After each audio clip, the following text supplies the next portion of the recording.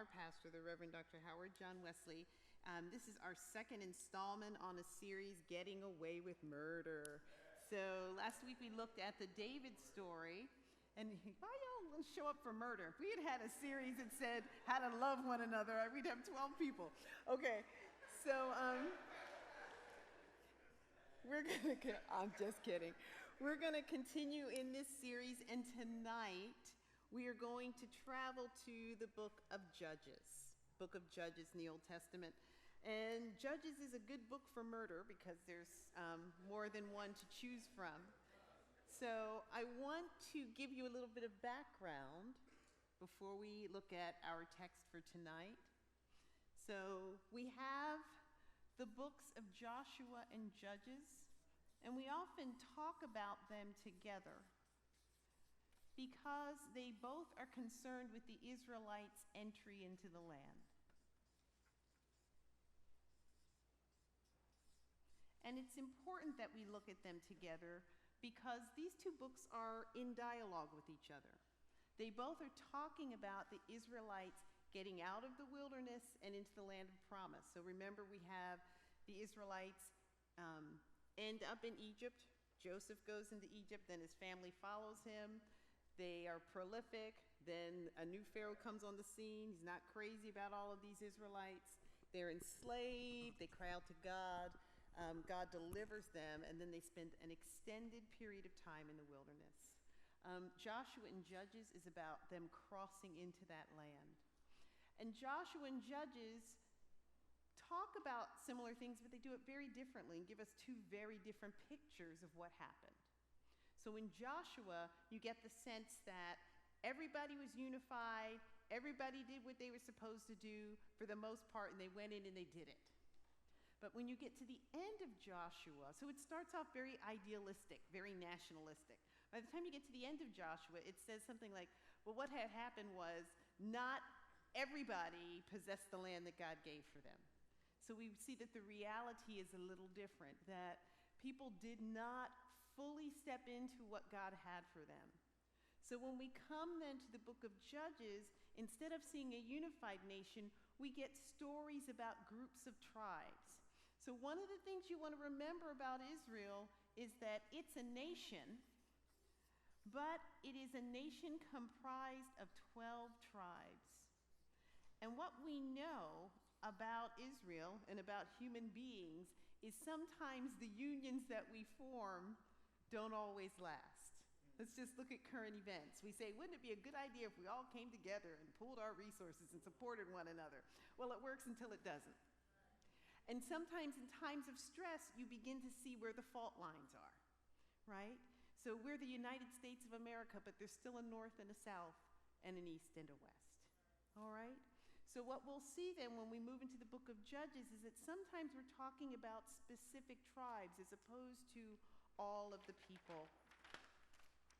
And the other thing I want you to keep in mind about the book of Judges is that it follows a pattern. And the pattern is that the people of Israel continue to have a problem. And the problem is worshiping other gods. And before we shake our heads in disapproval, just remember how hard it was to be the only people in town that didn't have a God you could see. Everybody else had something. And here are these Israelites. Well, what does he look like? We don't know. What is his name? Well, we can't say it. So there are all these temptations to be like everyone else.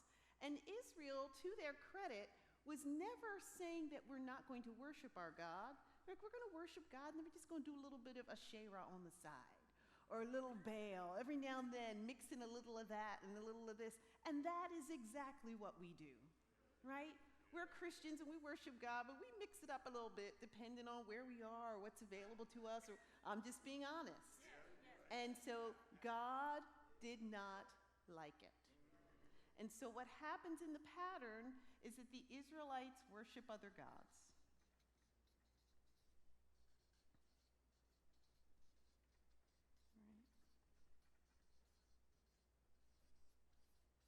And then God responded by sending an enemy to oppress them. And what you'll see in the book of Judges is there are lots of people around. We've got any number of variety of Philistines, you've got Midianites, you've got all kinds of people here that will oppress the Israelites. And when the Israelites are oppressed, all of a sudden they remember who their God is, right? And they cry out to God. And then God sends a deliverer. And the deliverer is the person that we would call the judge. The judge here is most often a charismatic military leader who is intended to serve for a limited period of time. So we don't want to confuse a judge with a king, all right? So God will raise somebody up, they show up, they do their job, defeat the enemy, and then the land has rest. And the formula usually, the standard formula would be the land had rest for 40 years, which is a generation. Sometimes it will have rest for 20 years, sometimes 80 years. But the land has rest, and as soon as that generation is over, they forget. And we repeat the cycle again and again and again in the book of Judges.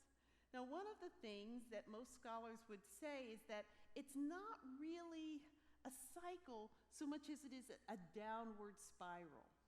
So they keep doing it, but it gets worse as they go on.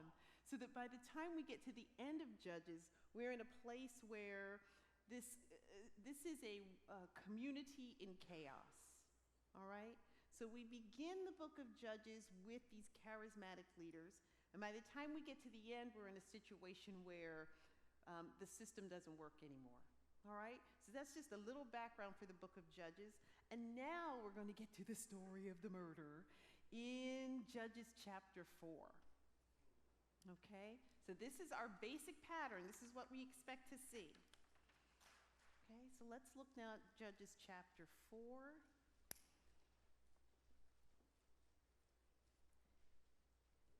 And you won't be surprised to hear when we begin, when Ehud was dead, the children of Israel again did evil in the sight of the Lord, right? We're right at the beginning of our cycle, right? That's where we are. They forgot. Here we go. So the Lord sold them into the hand of King Jabin of Canaan, who reigned in Hazor. The commander of his army was Sisera, who lived in Ha-Rosheth Hagoyim. Then the Israelites cried out to the Lord for help, for he had 900 chariots of iron and had oppressed the Israelites cruelly for 20 years. Okay, so let's just look at this. The Israelites did what was evil. God oppressed them with... We were lost when you were reading. Judges 4? Yes. Okay, let me try this translation. Okay. Judges 4, when Ehud was dead? Okay, yeah. We didn't hear that part. 4:1. Do I need to read it again? Okay, we got it. Okay, sorry. Okay. So the children of Israel did what was evil. The Lord oppresses them with Jabin, king of Canaan. The commander of his army was Sisera. And where does Sisera dwell? Ha-Rosheth Hagoyim. Have you all ever heard Goy or Goyim? What does that mean? And what? Okay, Gentiles. So this is exactly what this means. So he dwelt at Ha-Rosheth of the Gentiles. All right? So the children of Israel cried out to the Lord. And so there we have the crying out. And it also says something about their oppressors, that their oppressors had 900 chariots of iron. One of the things you realize when you read these military stories with the Israelites is they are obsessed with chariots because they rarely have them. And so they want to kind of express the strength of the enemy. All right? They have a legitimate reason. They cannot take on this enemy.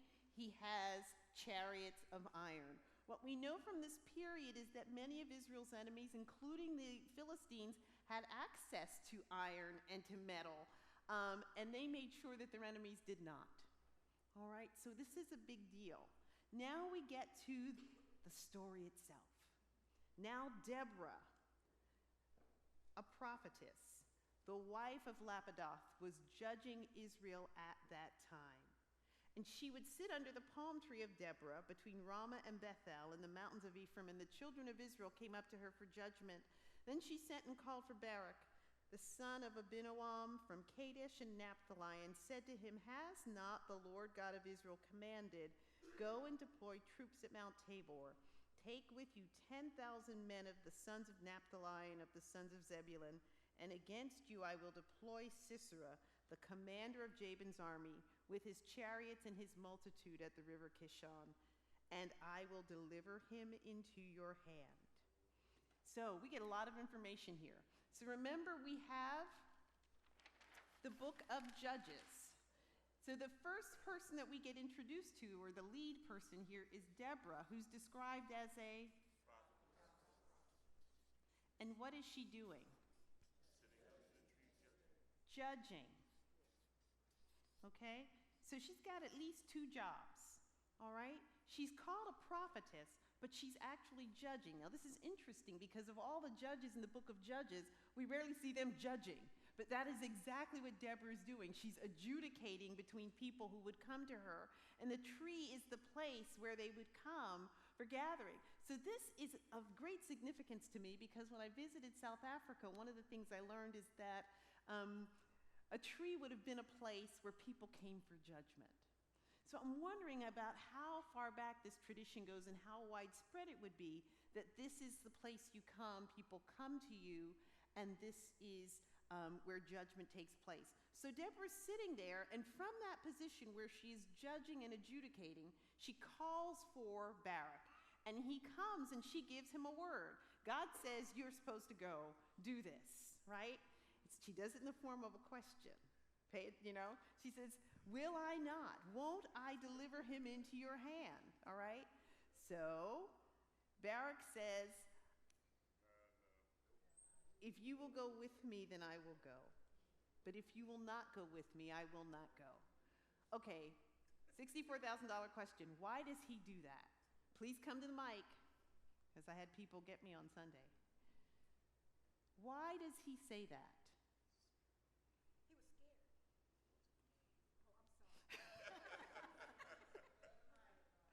Go to? I'm sorry. Go, please. Go to the mic. It's not that big a deal. Okay.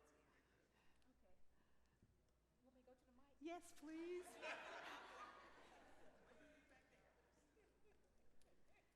Excuse me for blurting it out.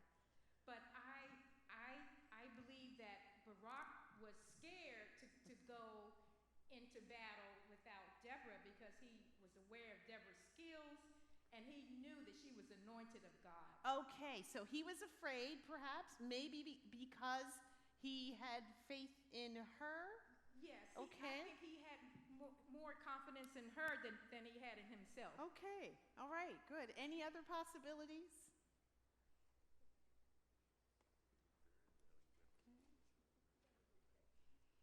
Right, so was he afraid? Was it a lack of confidence? Was it the fact that he knew she was a person of God, and he said, my odds are improved if you're with me? I think this is hilarious because we all do this as well at times, right? You're going through a hard time and you look for the holiest person you know, as if somehow if I get with them, right, it's better. And don't get me wrong, there's nothing like having a prayer warrior. There's nothing like having a grandmama who's lived for the Lord all this time. But ultimately, we ought to be able to listen to God and step out on faith for ourselves. And there comes a time when God's going to create circumstances so that there is nobody else around, right? So we can identify with Barak in this situation. We also want to think about what motivates him to say this. Some people say he says it because he's not sure of Deborah's authority, all right? He doesn't hear anything from God. Deborah said, God said, and he's like, hold up, if that's so clear, you come along. So it may be that he doesn't have confidence in himself, or it may be he doesn't have confidence in her, all right? Either way, he's not sure. And so she tells him, I'm going to go with you in verse 9, but there will be no glory for you in the journey you are taking, for the Lord will sell Sisera into the hand of a woman. Then Deborah arose and went with Barak to Kadesh. And Barak called Zebulun and Naphtali to Kadesh, and he went up with 10,000 men under his command, and Deborah went with him. So Deborah is going with Barak. They're leading this group together. Now she says, God's going to give you, I'll go with you, but God's going to give the victory to a woman. What's significant about that?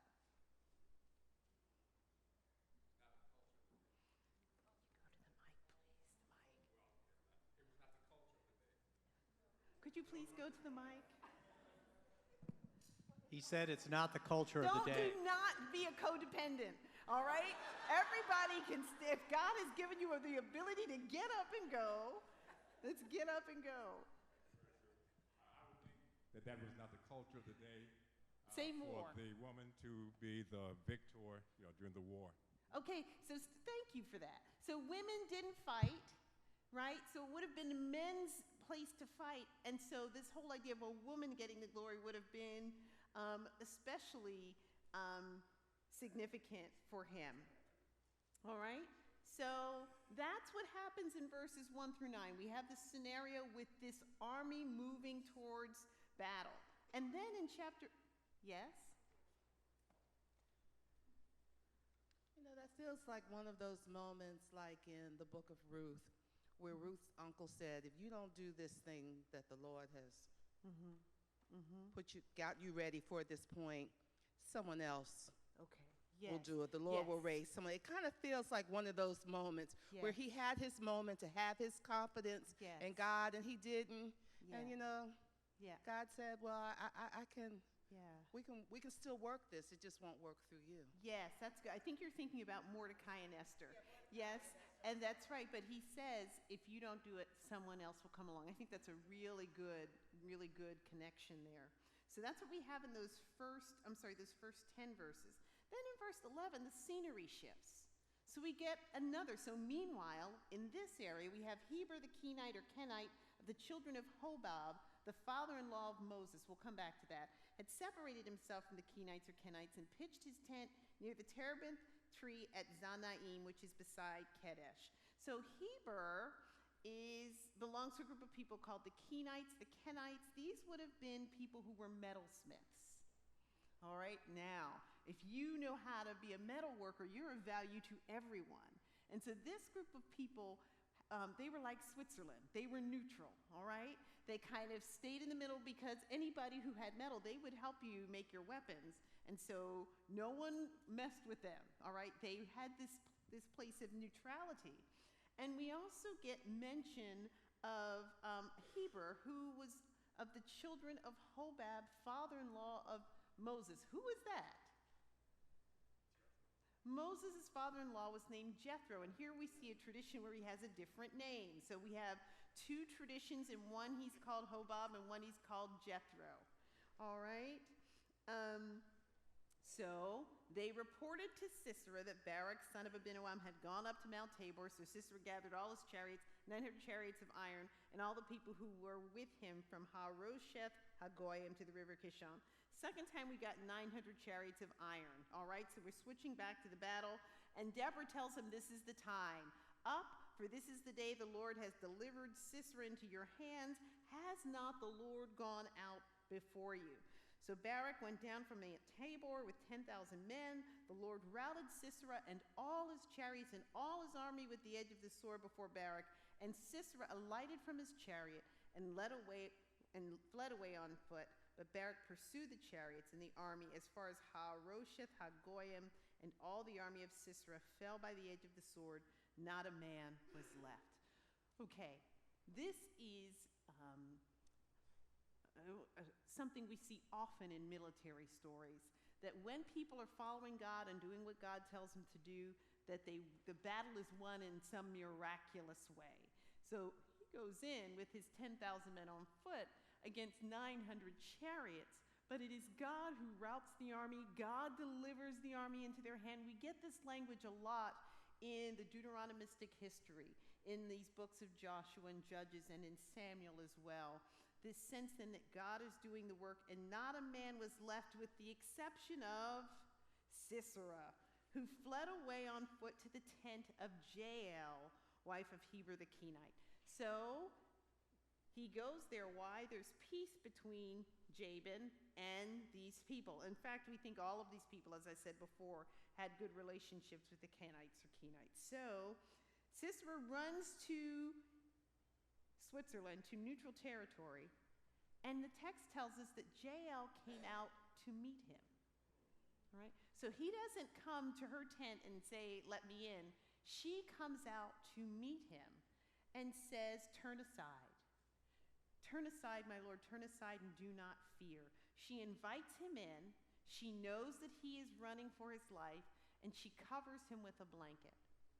And so Jael essentially assesses the situation and is proactive, steps out, and so whether he knows it or not, she is already in charge.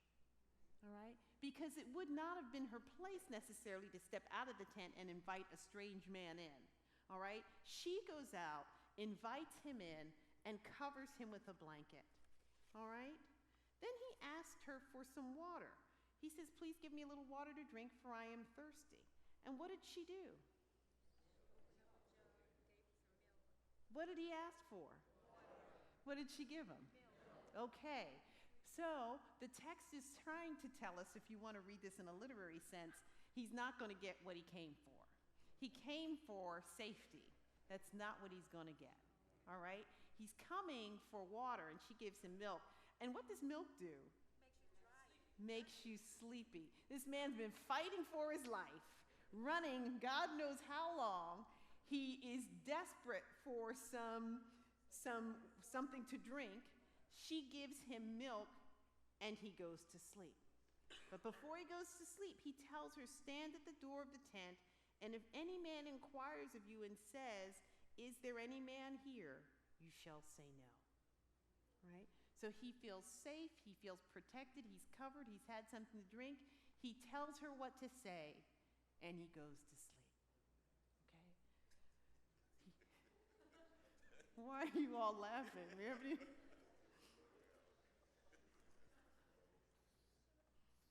All right?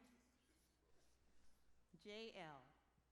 So, Jael, Heber's wife, took a tent peg, took a hammer in her hand, and went softly to him and drove the tent peg into his temple. And it went down into the ground because he was fast asleep and weary. Then it says, "So he died," just in case you didn't get it before, right? If you don't think that a tent peg in the head's going to do it, so he died.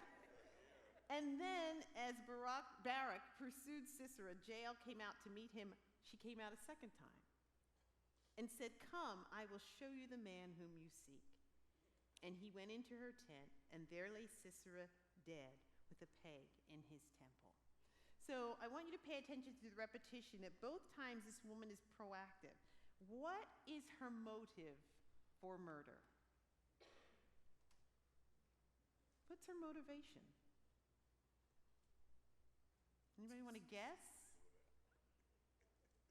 Just take a guess. Come to the mic and guess.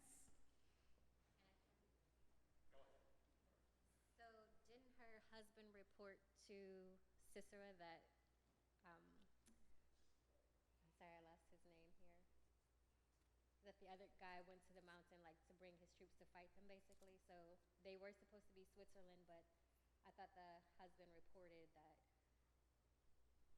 Does anybody understand what I'm saying? Or did I miss that?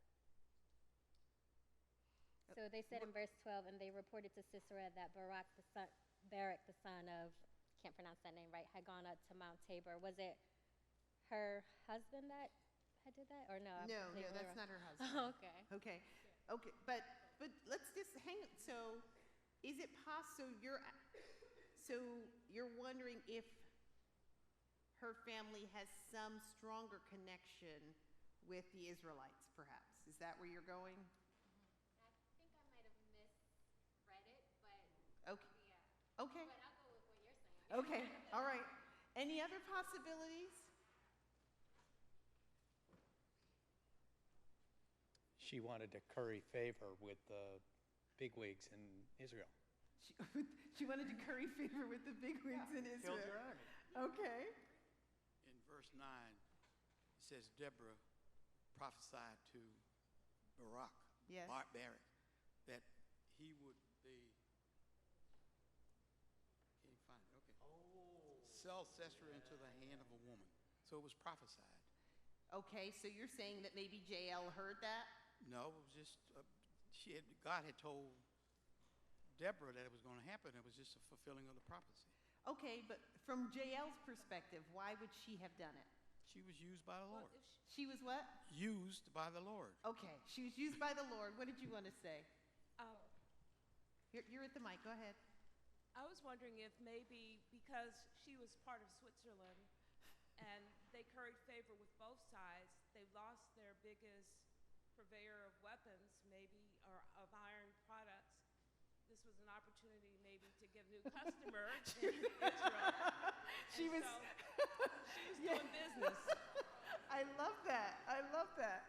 Someone was getting ready to come to the mic over here. Come to the mic. Okay, I was looking in the verse 2 in the beginning where it says, "So the Lord sold them into the hands of Jabin, a king of Canaan who reigned in Hazor. The commander of his army was Sisera, who lived in whatever that place was." Harosheth Okay. Hagoyim. If you say it in syllables, you can actually say it. Okay. Road. Harosheth There you go, Hagoyim. Hagoyim. Beautiful. Okay. Yay! Because he had 900 chariots and had cruelly oppressed the Israelite for 20 years, they cried out to the Lord for help.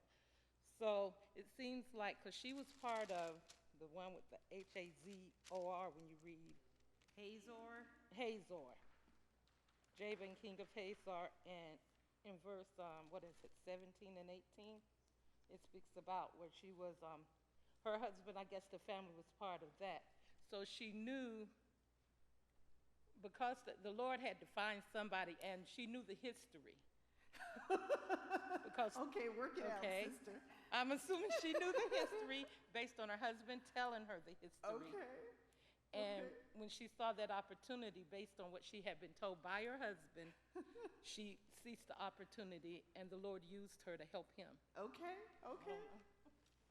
So his name is Sisera, right? Yes. So obviously we learned that basically all of his men are dead except for him. Yes. So everyone else associated with him has died. And Yeah. so it's better in her interest to kind of side with the ones who are clearly going to prevail Okay. than to continue to help Okay. him. Okay. So here's what we want to acknowledge on the front, that God used Jael. But the fact that God uses Jael doesn't necessarily tell us what her motivation was. I want us to be clear. Sometimes God can use us when we have less than ideal motives. So God uses us when we have good motives, and sometimes God operates through our less than holy motives. So she could have been trying to survive. It could be, I mean, we don't know, but it could have been as simple as that she was exercising some wisdom and saying, look, this man is on the run, which means somebody's coming after him, and my life is in jeopardy if I'm here by myself trying to provide him with shelter. So it could be that simple. It could be that her husband told her what was happening. I don't know, I wasn't there. It could be any number of things, but what we know is that she is proactive in going out, and then after he goes to sleep, it tells us she puts a tent peg in his head. Now, this is important because women would often have had the responsibility of pitching the tents, which means she knew her way around the tent peg. All right? She knew what to do with it. She knew how hard to hit it because women had done this in setting up tents. Now, just to make it a little bit more gory, the translation here says she put the tent peg in his temple, but it's also possible that what it's actually saying is that she put the tent peg in his parted lips, which would mean that she put the tent peg in his mouth and that the tent peg severed his spinal cord. I know. So either way, why are you gonna call her name?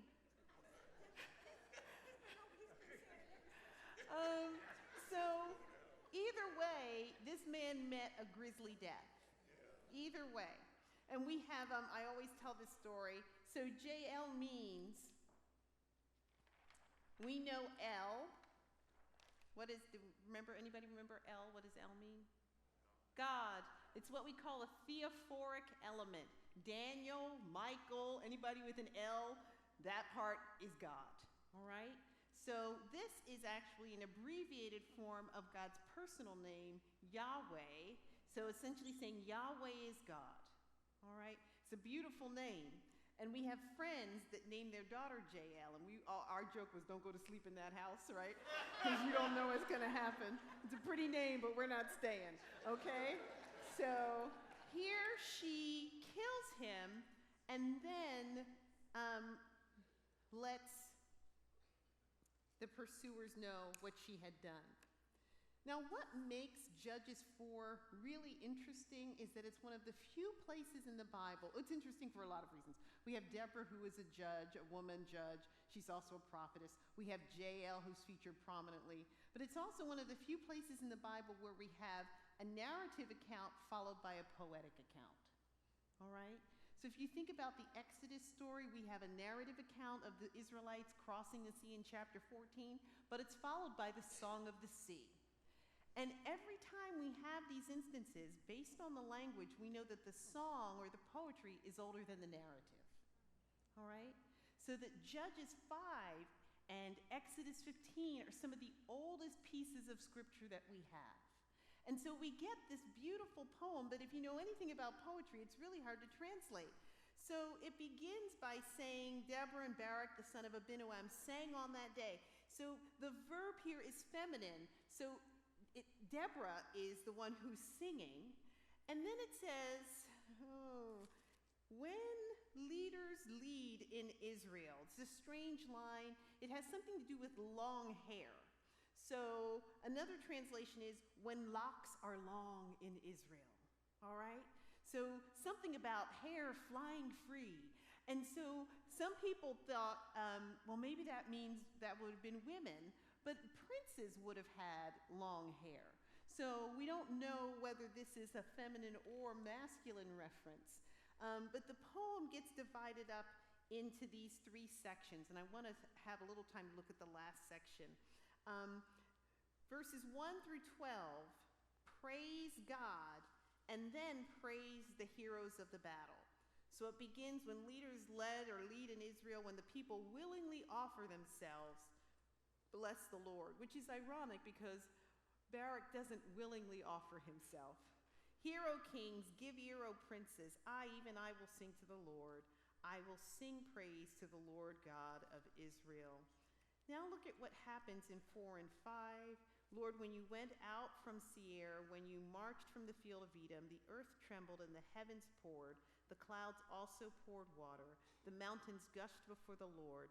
This Sinai before the Lord God of Israel. What are they talking about? What is this? Does anybody know?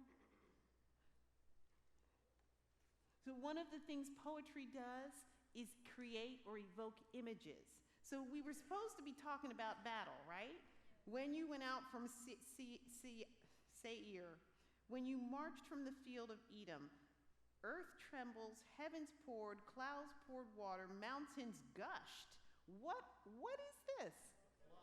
Sounds like kind of natural flooding, volcano, thunder. It's like this kind of the earth-ish, the whole earth. When God moves on your behalf, it's almost like it takes the battle to another level. So there's this poetic language about what happens in battle that speaks to God's power, that God is bigger than the enemy. And this is signature for Israel because they are almost always the underdog. And so the poetic language, the images, the metaphors evoke this sense of God as God of the earth, all right?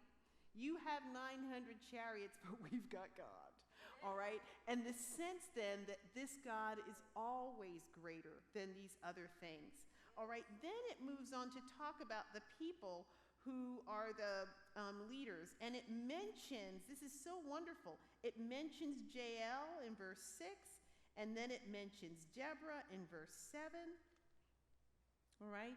as a mother in Israel. And again, in a culture where women so rarely get named, this is really important. And to think about how old it is, all right? This is good news because people like to think that the biblical world is so patriarchal that it only gets better over time. And here's an example of way back when, an example of acknowledging the role of women, all right? So now I want to get to the end. So verses 1 through 12, praise God and the heroes. Verses 13 through 23 describe the battle. And I want you to look at the end, because the end in verses 24 to 31 talk about the defeat, but they talk about it from the perspective of these two, for lack of a better word, two domestic scenes. So here's a poem that's talking about battle, and it starts off almost in this cosmic sense, but it ends in a domestic, small setting. All right, you guys with me? So verse 24, most blessed among women is Jael, the wife of Heber the Kenite. Blessed is she among women in tents. He asked for water. She gave milk. That should have been his first sign. Now look at how the poetry works. She gave milk. She brought out cream in a lordly bowl. This is a lovely example of parallelism. So the way poetry works in Hebrew is that the second line brings something that the first line didn't. And the way we like to use the description is to say A and what's more B. This is James Kugel. And so the second line expands, brings something more. So first, she gave milk. Now it becomes cream in a lordly bowl. The story doesn't say all that, all right? But this way we expand, make it bigger. She stretched her hand to the tent peg. You can feel the tension. Not just her hand. Her right hand now goes to the workman's hammer. She pounded Sisera. She pierced his head. She split and struck through his temple. He did, all right? Then look at this lovely repetition. At her feet he sank, he fell, he lay still. At her feet he sank, he fell. There he sank, he fell dead. This kind of again and again and again and again. It almost evokes that, I don't know what the technique is they use in a movie where there's this dramatic scene of someone falling and they show it like 3 times, right? It's almost what you get in this poem here is this sense of, okay, how many times is he falling? How far does he have to go? He sank, he fell, he sank, he fell. That this is kind of this wonderful illustration and dramatization of this death. So the first domestic scene is the scene of the murder. Now we switch to a second domestic scene, and that's the one of Sisera's mother. Now listen to what his mother says. The mother of Sisera looked through the window and cried out through the lattice, "Why is his chariot so long in coming? Why tarries the clatter of his chariots?" "Where is her son?" She's looking for her son. Her wisest ladies answered her. Yes, she answered herself. Are they not finding and dividing the spoil? To every man a girl or 2. For Sisera, plunder of dyed garments, plunder of garments embroidered and dyed, 2 pieces of dyed embroidery for the neck of the looter. Okay, what just happened here?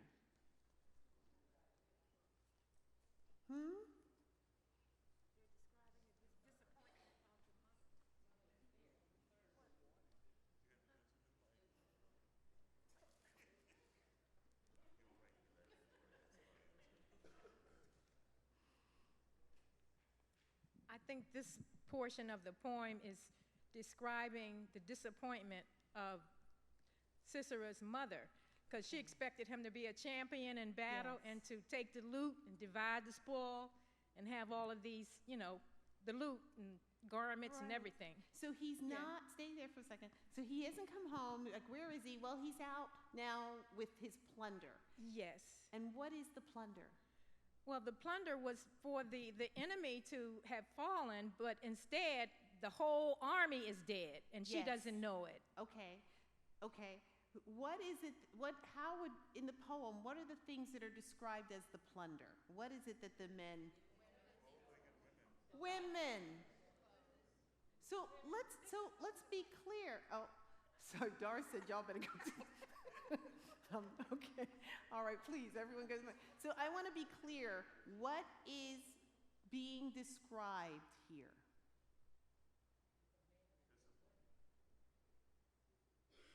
Do we know what this is describing? Sounds like it might be describing rape. Yeah, it's exactly what they're describing. And so it's like, don't lose this, that in this scenario, when men destroy or kill the men, they go into the village and rape the women. And here is a woman saying, well, that's where my son is.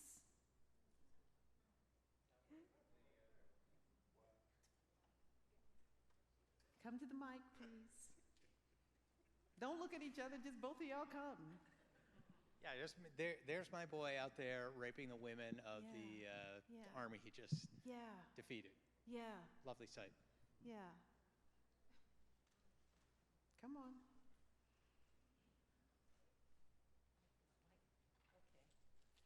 Well, it wasn't really the mother. The mother was nervous like all mothers would be because my child should be here. And it says yes, it was you're the right. women who worked for her. You're right. Because they knew the mother was nervous. Well, he's doing what always happens, you know. You're right. You're right about that.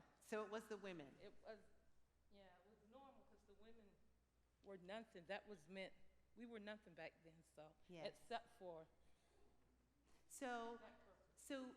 is there not something sad about women talking about other women as plunder in a matter-of-fact way? So part of what comes to my attention here is that it is true that there are things in our world and in our culture that are not okay. But there's a second place that's even worse, it seems to me, and that's when we accept it.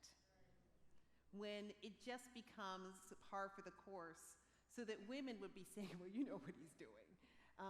Not realizing that what they don't realize is that the tides have turned and that will be their fate. Okay? Or could be, I shouldn't say will be, but could be their fate. All right? So the issue here is that when we do not stand up for others, we ultimately are not standing up for ourselves. All right? There's a false divide here when we talk about who our friends are and who our enemies are. And here we want to just remember that line, because there's a way in which the words of the wise ladies, you're right about that, thank you for saying that, the wise ladies to Sisera's mother cause us as readers to feel a little less sympathetic. All right, so you get to verse 31, thus let all your enemies perish, O Lord, but let those who love him be like the sun when it comes out in full strength. So the land had rest for 40 years. Now this is an interesting story because the story of Deborah and Jael, like some other stories in Judges, like the story of Samson, is going to take more than a few verses. So the story before the story of Deborah, the story of Ehud, is just a few verses long. All right, many of them are just little units. But this one is an expanded story. So we have an opportunity not just to see the pattern, but to get a little bit more detail. And so it's here we get to see these two women, Jael and Deborah, in prominent roles, which is not the only time. We'll see women in prominent roles throughout Judges, but this is a really good example of that. Okay, any questions? It's a bit of a downer, huh? It was like, oh, you lost me at the tent peg in the head. Okay. All right. Are we good? All right. If there aren't any questions, we will finish up. And next week, we'll get, I think next week is going to be the story of, it's July 5th. Next week, on Tuesday is July 5th. And it will be, I think we're doing the story of Samson.